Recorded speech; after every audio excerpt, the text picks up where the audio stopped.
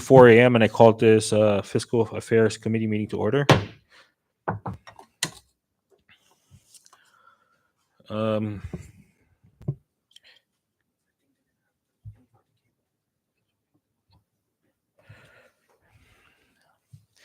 Right now we have 3 members present. We have Senator Carl King Neighbors, Senator Selena Babauta, myself, the chair, Donald Manglonia. With 3 members present, we have the quorum necessary to proceed with today's committee meeting. Senator Karina will be joining us shortly, and Senator Paul is here by excuse, as well as Senator Dennis Mendiola. Just to introduce as legislative staff assisting the committee, we have our counsel on record, Joe Bermudez. We have our LA, Devin Macaranas, our Sergeant at Arms, Ben Terlahi, and our IT, Del Camacho. With that, members, can I get a motion for the adoption of today's agenda? Second. All right, motion was made and seconded. All in favor, say aye. All opposed, say nay. Motion carries. We now move on to the next item on the agenda, public comments, and the floor is now open. Please state your name for the record and any entity you may be representing. And if you have anything you'd like to share with the committee, in addition to what was already shared, please hand it over to our Sergeant at Arms. Thank you. Thank you. Thank you, Senator. So my name is Raymond M. Muña. I am the chairperson of the Civil Service Commission, and I extend my gratitude to each of you for the opportunity to address you today. I'm here today to support the House Bill 23-56 and its transformative influence on the CNMI government's financial well-being. This bill, proposing the redirection of 60% of remaining indirect cost revenue from grants, is more than just a legislative initiative. It is a crucial step towards bolstering our government's financial stability and charting a more promising future for the CNMI. The decisions you make on this matter carry profound implications for our community. In tandem with my endorsement of the bill, I present a proposal that I believe is pivotal to our shared vision for progress. I advocate for a specific allocation adjustment directing a defined percentage of the remaining indirect cost revenue to the Civil Service Commission. This isn't merely a plea for sustaining staffing levels, it is a call to fortify the foundation of our government, specifically for roles that are indispensable to the integrity of our administrative processes, the administrative hearing officer and legal counsel. Year after year, we diligently submit our budget proposal seeking the necessary staffing and resources. Yet each year we find ourselves in a precarious position, unable to secure this vital support. Today I come before you once again, not merely to request, but to implore you to give earnest consideration to our plea. This isn't a plea for numbers on paper, it is a plea for the confidence to address pending appeal cases and advance crucial updates to our regulations. The Civil Service Commission isn't just an entity, it stands as the guardian of the rights and interests of our dedicated workforce. To be effective in this role, we need more than just words of support. We need your unwavering commitment to allocate a portion of the indirect cost revenue to the Commission. This isn't just a request for sustainability, it is a plea for partnership in ensuring the overall efficiency of the CNMI government. As you deliberate on House Bill 23-56, I implore you to support the Commission's proposed allocation adjustment. Doing so will further our mission and strategic goals while also fostering a more just, competent, and resilient workplace for our employees. I appreciate your time and energy and implore you to understand the gravity of this issue. The choices you make today will have a lasting impact on the future of our island and the people it represents. Thank you all for your time and enjoy the rest of your day. Thank you, Chairman Muña.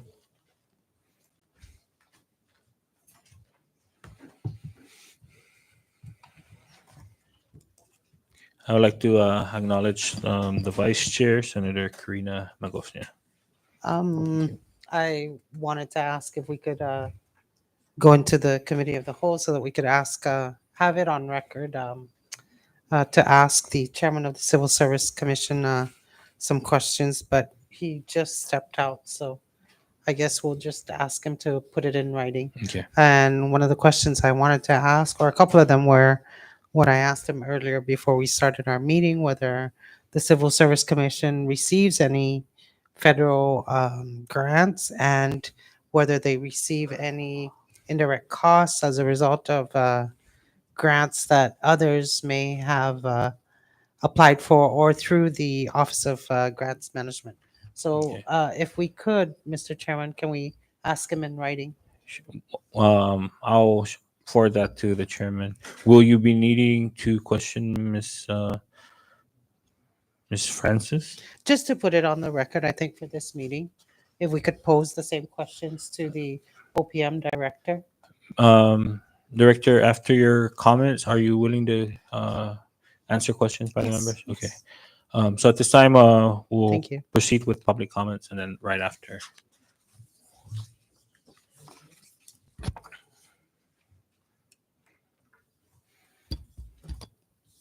Test. Good morning, everybody. Thank you so much for allowing me today to be here to present my comments regarding House Bill number 23-56. My name is Francis Salas. I am the Director of OPM.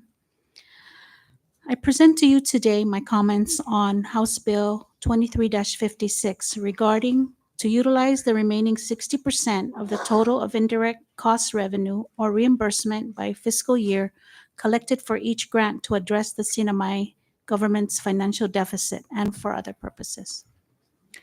The Commonwealth's current financial condition has greatly affected government revenues and has drastically impeded on the vast majority of government employees' financial stability.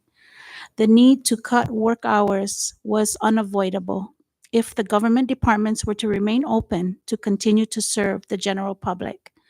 Several government employees, however, were luckier than others as their employment is funded by federal grants and remained at the 80-hour biweekly work period.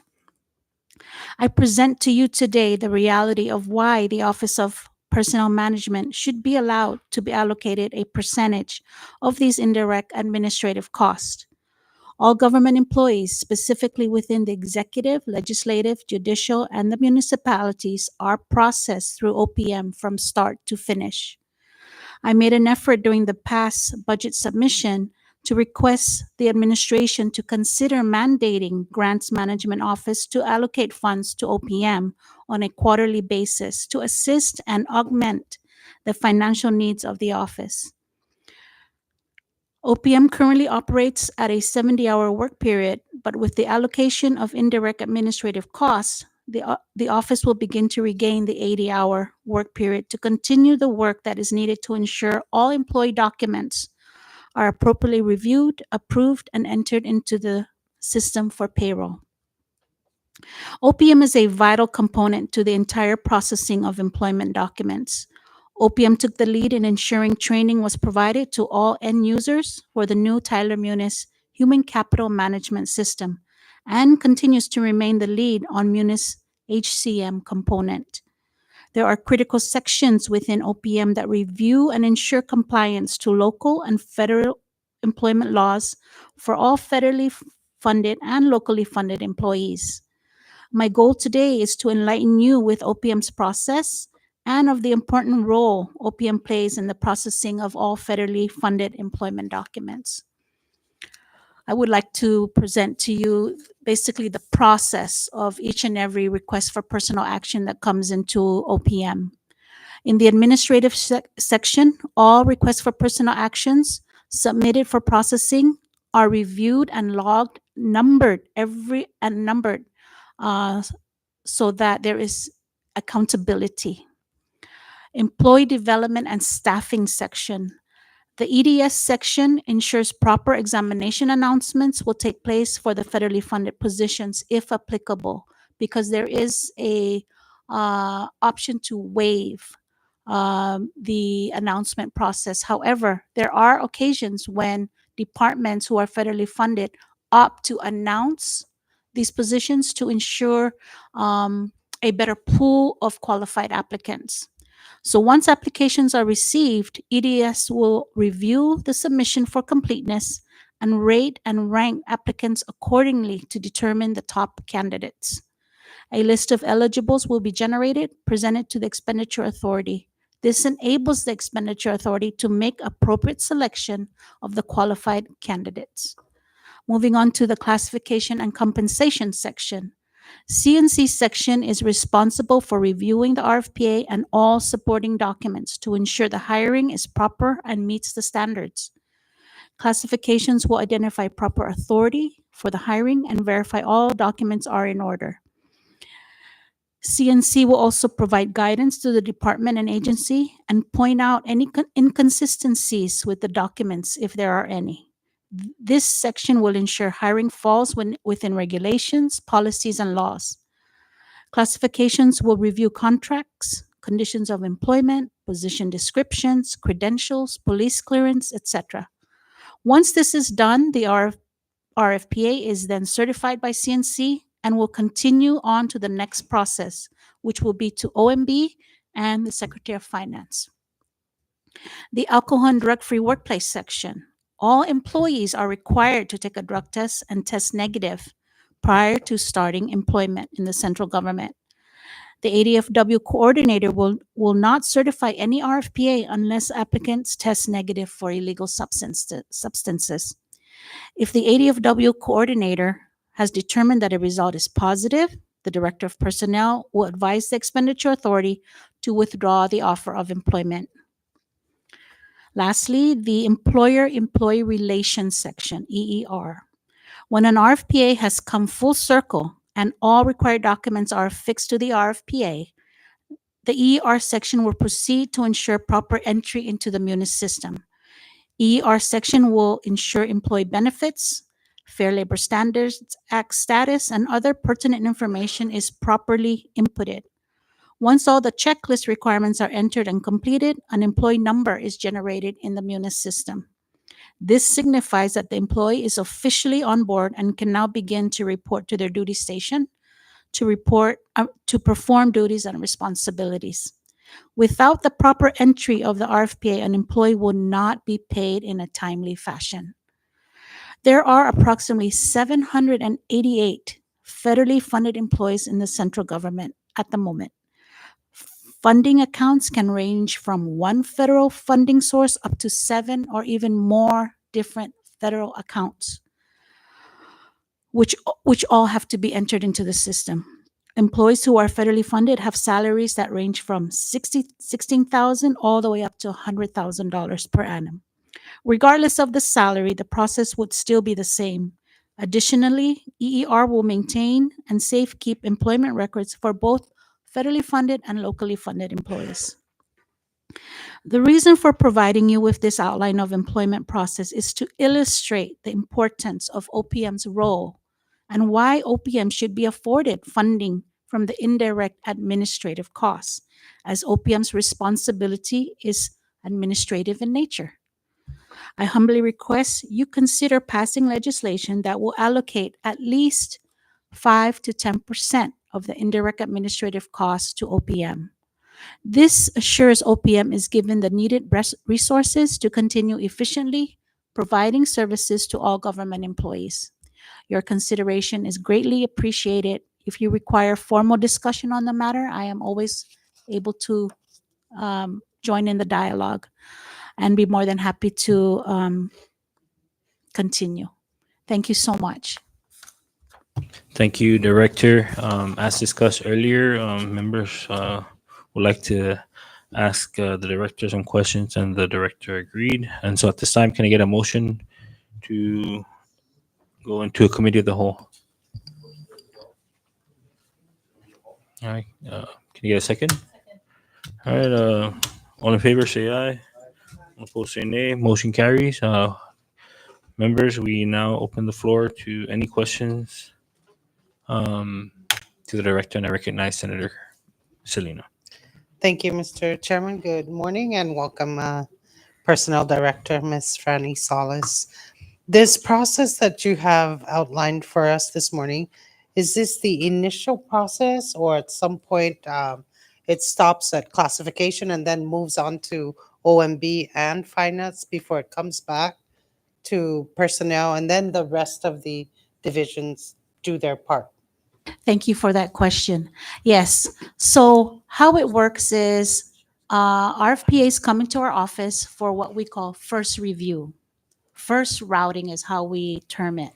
So immediately it'll come in, we log it, number it, it goes to classification section for first review. Once it clears classification and gets certified by the chief, it tells us that, okay, everything's in order as far as conditions, laws, employment status, position description. It can move on to OMB and finance to certify FTE and funding availability. When that process continues, it will then come back to I'm sorry, it will go back to the department. Oh no, I'm so sorry. It will go OMB. to the Attorney General's office. Attorney General's office, because more than likely all contracts have contracts and therefore need to be reviewed by the AG's office for legal sufficiency. So then it comes back to OPM for a second routing. That's what we call it, second routing. AG's office, I believe the governor, the employee, and then my final signature as the final process. So yes, there are two routing, I guess you could say, processes as well. And how long does this whole process typically take? I'm not gonna make it sound like it's an easy thing, but I will say that it takes at least a month or more. And again, it could be for several reasons. One could be there's an issue with funding, and especially during the end of the fiscal year, beginning of the new fiscal year, a lot of grants are not in. They don't come in on time, and therefore they're a stall at OMB or finance regarding that federal account that needs to be established. Money could already be here. However, accounts need to be set up for us to enter that into the system. So yes, there are some delays. But as OPM, we have a rule that whatever comes in, we try to clear it within 5 days, 5 working days. That's just our rule of thumb, because we know how important it is for people to get paid in a timely fashion. So yes, there could be some delays up to a month or so. Thank you for that candid answer. Does OPM also process personnel for like those who were hired under ARPA or are still currently being paid for ARPA for the central government as well as all municipal governments? Yes, They do. Senator, yes. We currently process for the executive branch, judicial branch, legislative branch, and all municipalities at the moment. And every office or agency under the office of the governor. That's a overwhelming task. I have no further questions at this time. I I yield. recognize Vice Chair. Thank you, Chair, and good morning, Ms. Franny. Just I have a follow-up question to Senator Babauta. So in regards to the delay in the process, can you just help the committee members understand a little bit about or what are some of the most common issues and or challenges that you guys face that play a huge factor in the delay of processing the paperwork? I could say number one is that lack of or lack of supporting documents. For example, we have a checklist. Even if one piece of document is missing, we will return it. There's no reason for us to continue. And, I try to make it a rule of thumb that even if they'll say, oh yeah, we'll get it to you, more than likely we will never get it. So therefore, I'm just like, return the whole packet.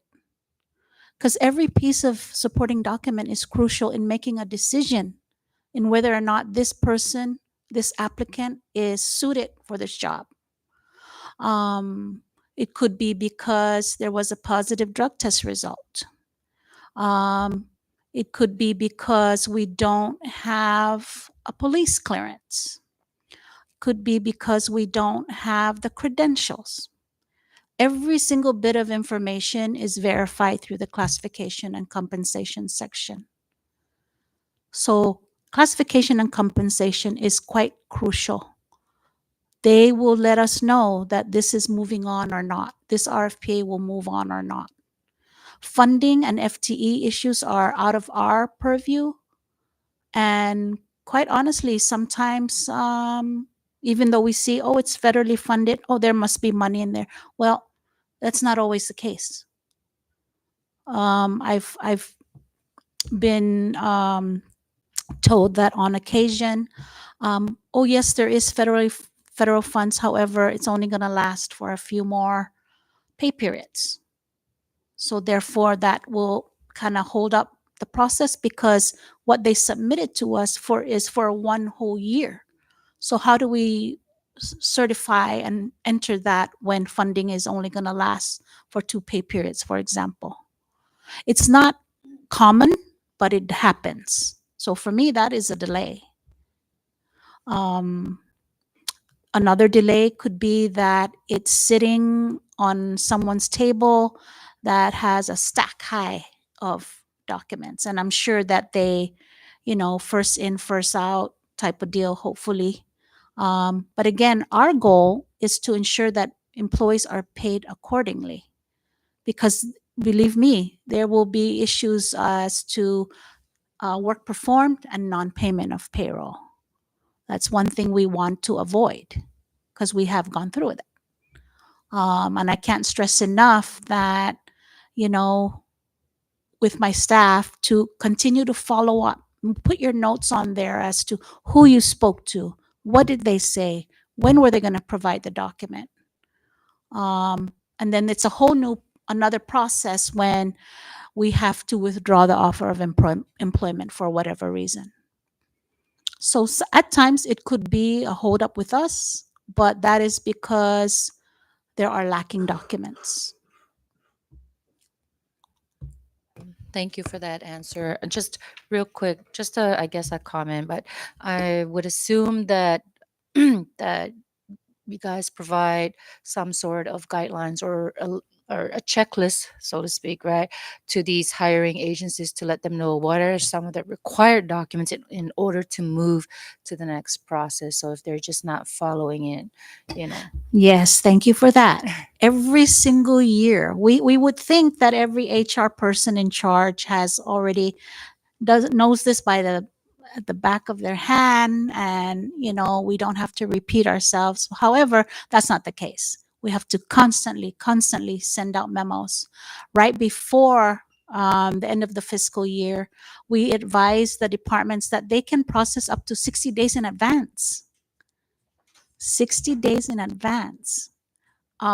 It is a lot of paperwork. We are trying to streamline it with this new Munis system. However, with going to, I don't mean to go into the Munis system. However, we were hoping and anticipating that Munis was going to allow us to do paperless, but we soon found out that that's not the case.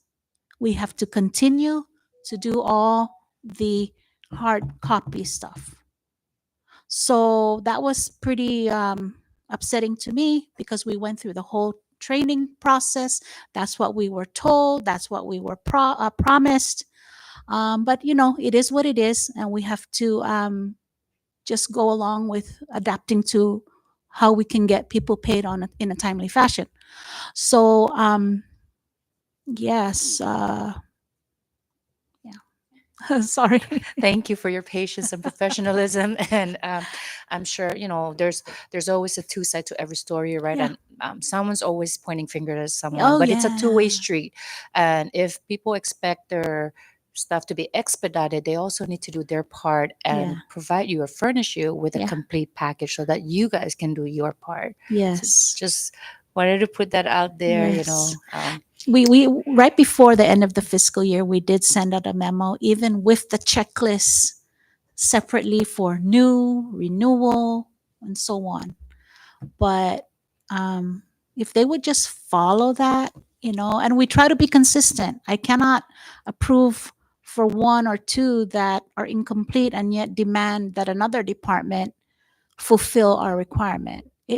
Consistency is so vital because if we stick within the rules and the regulations, I feel OPM will not be at fault.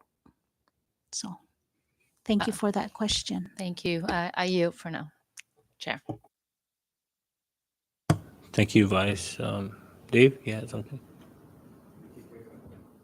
Miss Rani, just want to ask a fair question.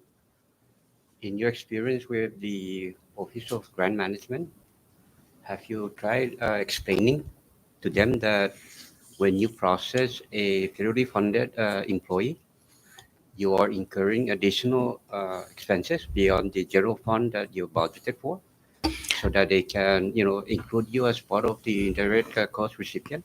Just want to Yes, clarify thank that. you so much, Mr. Demapan. I communicate with the grants manager or grants director on a regular basis. And the first thing he'll say to me when he sees my name on his phone, he goes, "Now what do you need? What do you need, Fran? You need money?" I'm like, "Of course I need money." Just being very open about, how we communicate. And, he has been very, very helpful when when I ask that if he's not able to provide us a financial help, he provides us supplies. He will not hesitate in getting us the paper we need, the supplies we need. Very, very helpful in that sense.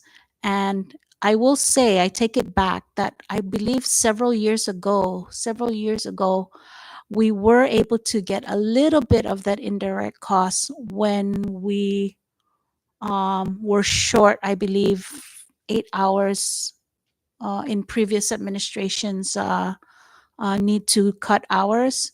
He did allocate us, um, I'm going to say, a percentage of of administrative costs that was going to enable us to keep our our 8 hours.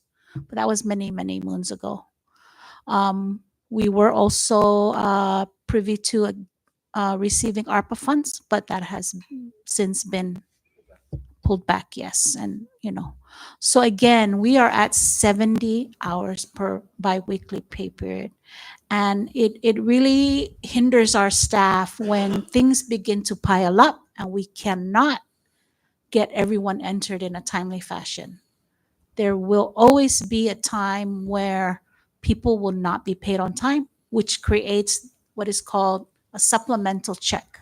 And I'm sure you all have heard of it. So really, there is no need, I feel, for supplemental payments because we are in Munis. Why should we need to continue to do supplemental when things are automatically received in Munis compared to JD? No, but that's the reality.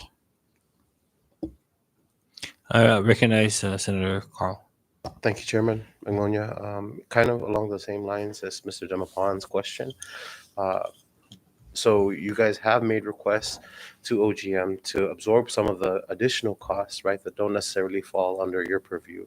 Do you guys have an analysis of over the years, a cumulative running tab as to what that number is and how it affects your capability to provide services for your main priorities, the ones that you are being funded for?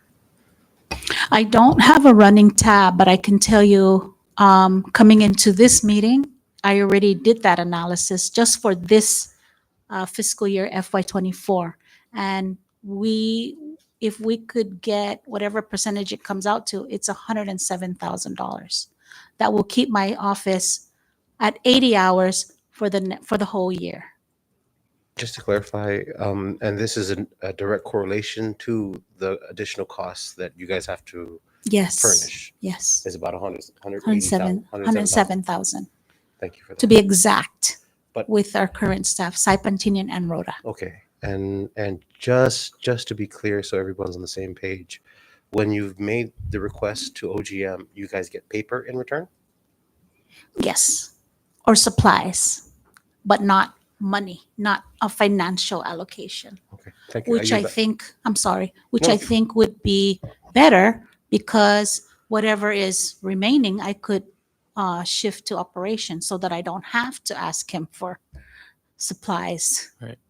So, and just for the record, I wanted to say, going back to Senator Babauta's question, we do process for Saipan Road as well, and Northern Ireland Mayor's Office. Thank you. So, Thank you, Senator Carl. One last question. So right now, none of your staff are partially funded through any grants. no, sir. All local general account. So you don't even have a designated staff that works primarily on federal grants that could be funded by I do have designated staff, one in classification and one in EER, but funding comes from the local General account. fund. Mhm. Thank you. Okay.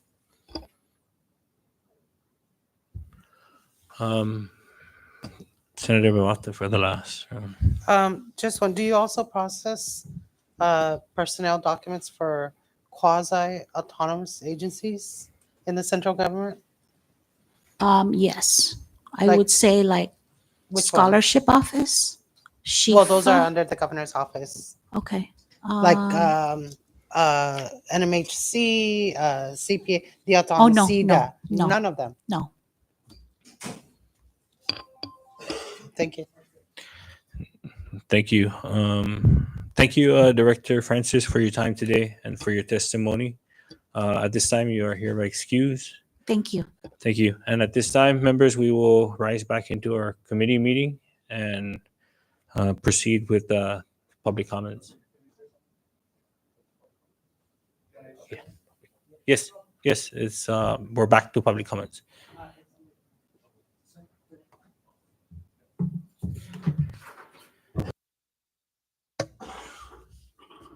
This, I think the more support, the better, no? So, good morning. Mr. Chairman and members of this committee, thank you for allowing me the opportunity to share my thoughts on House Bill 23-56, a bill to utilize the remaining 60% of the total indirect cost revenue or reimbursement by fiscal year collected for each grant to address the CNMI government's financial deficit and for other purposes. I commend Congressman Blas Jonathan BJ Tiato for introducing this bill and getting it passed through the House of Representatives. The bill allows the opportunity to recommend a way to increase our ever-decreasing funds needed to adequately run and operate the Office of Personnel Management. As per his letter, dated September 30, 2023, to the Senate President, Honorable Edith E. De Leon Guerrero, the Director for the Office of Grants and Management, Mr. Epi Cabrera, recommended that OPM should receive at least 5% of the available indirect cost reimbursements. We're happy to know that he is also recommending 1.5% to the Civil Service Commission. He understands the scope of work that OPM does, especially when it comes to the processing of documents and providing services to the 788 federally funded employees. The Civil Service Commission also needs funding to pay for their legal counsel and associated costs to resolve numerous pending adverse action cases involving federal funded employees. OPM and CSC agrees with the OGM's assessment, and we hereby justify our reasons why OPM should be included in the sharing of the available indirect cost revenue funds. The Office of Personnel Management has been and will continue to process requests for personnel actions and personnel action forms for the federally funded positions, which are prepared and submitted by government departments and agencies. The processing of these requests and forms includes, but not limited to, the recruitment of newly established or vacant positions, the adjustment of salaries for existing or renewal or accepted service contracts, the granting of within grade increases, merit awards, and step increases, the preparation of and issuance of vacancy announcements, and that is done by our section. The qualification assessment and certifications of job applicants, Franny kind of mentioned that. The presentation of employees development training, that's our section. the certifications and verifications of employment, the processing of adverse action procedures, the electronic inputting and updating of personal information, and the filing, safekeeping, and maintenance of official personal records of all the 788 federally funded employees that we currently serve. As you can see, these are numerous job tasks and responsibilities that require staff and significant time, efforts, and money to fulfill and accomplish. With the ever-growing federal mandates and the diminishing allocation of our local funds, OPM would continue to fall short in meeting the required funding to adequately serve our federally funded employees. Unfortunately, our local annual budget has been and continues to be insufficient to meet our mandated personal management obligations and services. The funding we get from the subsidy will surely help us in providing the much needed services and assistance. Mr. Chairman and members, the staff of OPM and CSC are grateful for your consideration and support, but most importantly, to the federally funded employees that we serve. Thank you.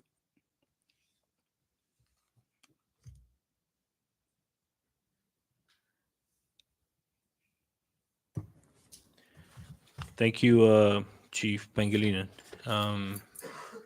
If you have anything additional aside from what you've already handed out, please feel hand it over to our Sergeant at Arms. Yeah, I did. And I also attached the letter to the president. Okay, thank you. Yeah. Thank you so much. Thank you.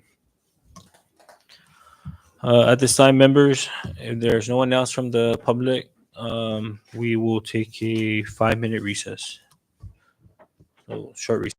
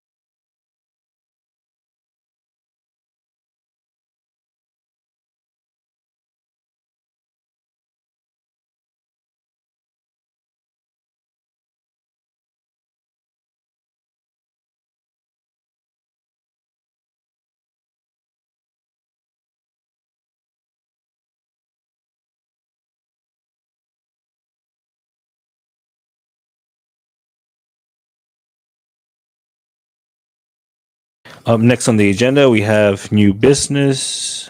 Under new business, we have House Communication 2384, House Bill 23-75, entitled to reappropriate $13,401 allotted under Public Law number 20-61. This bill, the reappropriation of the monies were funds that were set aside for the Rhoda DPS Academy, and so this balance, these unused monies will be reappropriated or is proposed to be used for the operations and fuel for Rhoda DPS. Any discussion on the bill?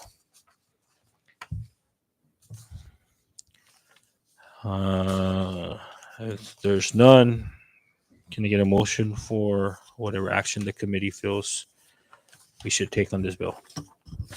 Motion to adopt. All right, there was a motion to adopt House Bill 2375 in its current form and has been seconded. Any discussion? Ready? Can I ask Devin to take roll? Senator Selena R. Babauta. Yes. Senator Karina L. Magofnia. Yes. Senator Carl R. King Neighbors. Yes. Mr. Chairman. Yes. Mr. Chairman, all three members present voted yes. With all four members present voting yes, House Bill 23-75 is hereby adopted. And with that, we move on to old business. We have two bills under discussion, which were tabled from our last committee meeting for further discussion. We have House Bill 2356 and 2357. I think it is a consensus of the committee to table these two bills for further analysis and discussion with the entities these bills will be affecting. Primarily with 2356, well, the members had the time to review the proposal made by Mr. Cabrera, the administrator of OGM. Members had concerns over the allocation of the percentages that were proposed, as well as to several line item amendments. Additionally, we received comments from OPM and civil service that would support their argument for these percentages. However, there are certain entities in which the members feel or have questions as to why they are receiving a certain percentage compared to what other divisions are being proposed to receive. And so with that, we will call in Mr. Cabrera to come before the committee to answer to some of these proposals, and we'll go from there. Any objections to table House Bill 2356? If none, 2356 is hereby tabled. As I stated, or as I've mentioned with the vice chair, I will be out on medical leave for about 3 weeks, and so she'll make the arrangements with Mr. Cabrera.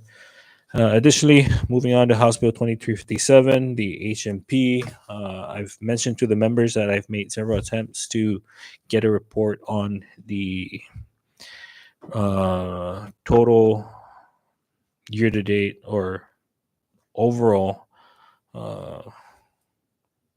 tax penalties and liens that will be going into the health network program. However, the committee would like to meet with the CEO of CHCC to get a better understanding of their financials now that the HMP was transferred over to CHCC, which I'm assuming they're still trying to work out the program or to understand the program, seeing as how this was transferred over from the office of the governor. And so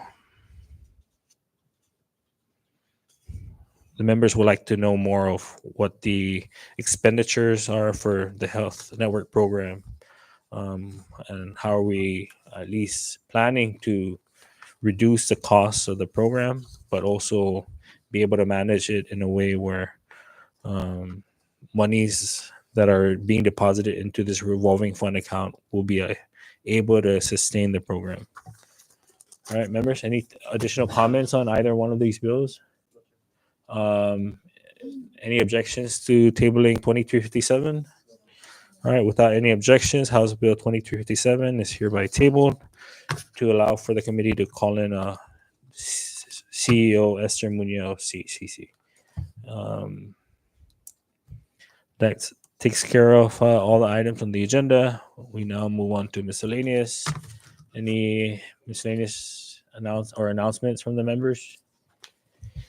If there's none, can I get a motion for adjournment of today's committee meeting? Second. All right, a motion was made and seconded. All in favor, say aye. All opposed, say nay. This committee meeting is hereby adjourned at 11:56 a.m.